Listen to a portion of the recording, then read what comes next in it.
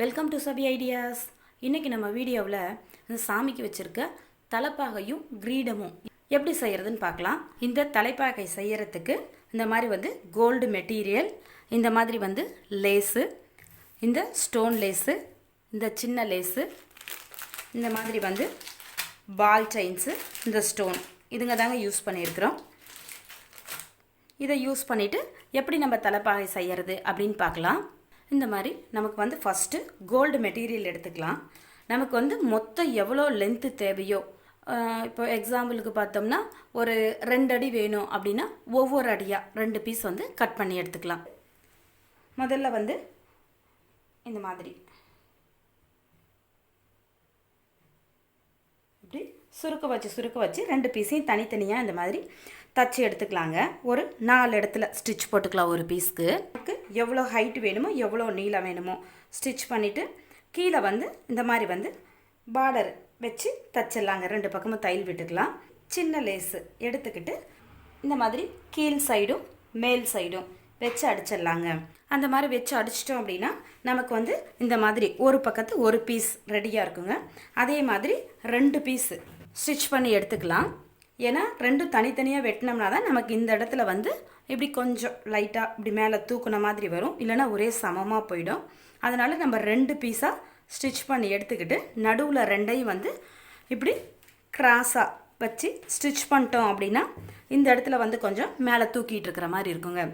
இந்த மாதிரி base ready பண்ணி எடுத்துக்கலாம். இங்கேயும் அந்த சின்ன லேஸ் வச்சு ஸ்டிச் பண்ணியிருக்கிற மேலேயும் மேலே இருக்கிற இந்த பகுதி செய்யறதுக்கு நம்ம இந்த மாதிரி கோல்டு மெட்டீரியல் எடுத்துக்கிட்டு ஒன்று மேலே ஒன்றுங்க வச்சு, இது சின்ன மெட்டீரியலாக காட்டுறேன், பெருசாக நம்ம எவ்வளோ பெருசு செய்கிறோமோ அதுக்கு தக்கன எடுத்துக்கலாம்.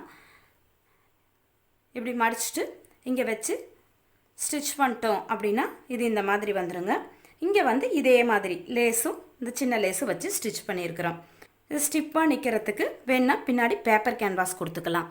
அதையும் தனியாக ஸ்டிச் பண்ணிட்டு இதில் வச்சு தையல் அடித்தாச்சுங்க. அடுத்தது பார்த்தோம்னா இந்த நடுவில் பிளைனாக இருக்கு இல்லைங்களா, இது மேலே வைக்கிறதுக்காக இது ஒரு அட்டை எடுத்துகிட்டு இதில் நடுவில் ஒரு ஸ்டோன் கொடுத்துட்டு சுற்றியும் பால் செயின்ஸ் கலர் கலராக கொடுத்துட்டு ஸ்டோன் செயின் கொஞ்சம் கொடுத்துட்டு அதுக்கப்புறம் ஸ்டோன் கொடுத்துட்டு இந்த மாதிரி ஒரு திலகம் ஷேப்பில் பில்லை செஞ்சுட்டு அதில் வச்சுருக்கோம். அதுக்கப்புறம் அவரோட தலைமையில் இருக்கும் இல்லைங்களா பிறை, அந்த பிறைக்கு நம்ம இந்த ஸ்டோன் லேஸில் இந்த மாதிரி பிறை மாதிரி வெட்டி இங்கே ஒட்டிட்டோங்க.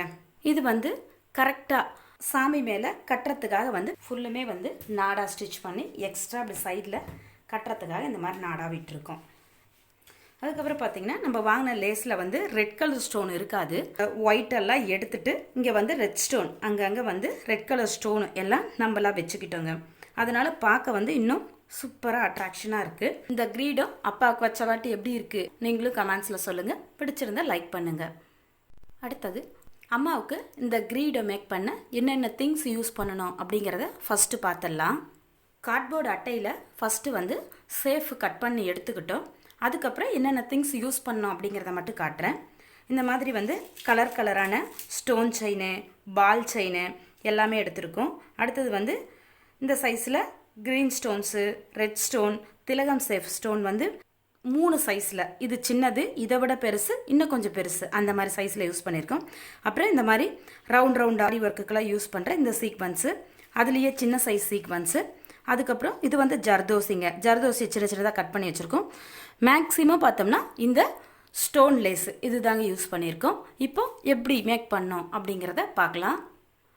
இந்த கிரீடம் பார்த்தோம்னா ஃபஸ்ட்டு கார்ட்போர்ட் அட்டையில் இந்த மாதிரி சேஃபாக கட் பண்ணி எடுத்துக்கிட்டோம். அதுக்கப்புறம் அது மேலே இந்த மாதிரி ஷைனிங் ரெட் கலர் பேப்பர் இருக்கு இல்லைங்களா, அதை இந்த பேஸில் ஒட்டியாச்சு அடியில். அதாவது ஸ்டோன் எல்லாம் ஒட்டுறதுக்கு முன்னே இந்த மாதிரி ஷைனிங் பேப்பர் அடியில் பேஸாக ரெட் கலர் ஒட்டியாச்சு. பாருங்க தெரியுது பார்த்தீங்களா, இந்த மாதிரி ஒட்டியாச்சு. அதுக்கப்புறம் பார்த்தோம் அப்படின்னா ஃபஸ்ட்டு இந்த லைனு இந்த ஸ்டோன் லேஸு இதில் பார்த்தோம்னா பாதிக்கு மேலே இதுதான் யூஸ் பண்ணியிருப்போம், பேஸில் ஒட்டியிருப்போம்.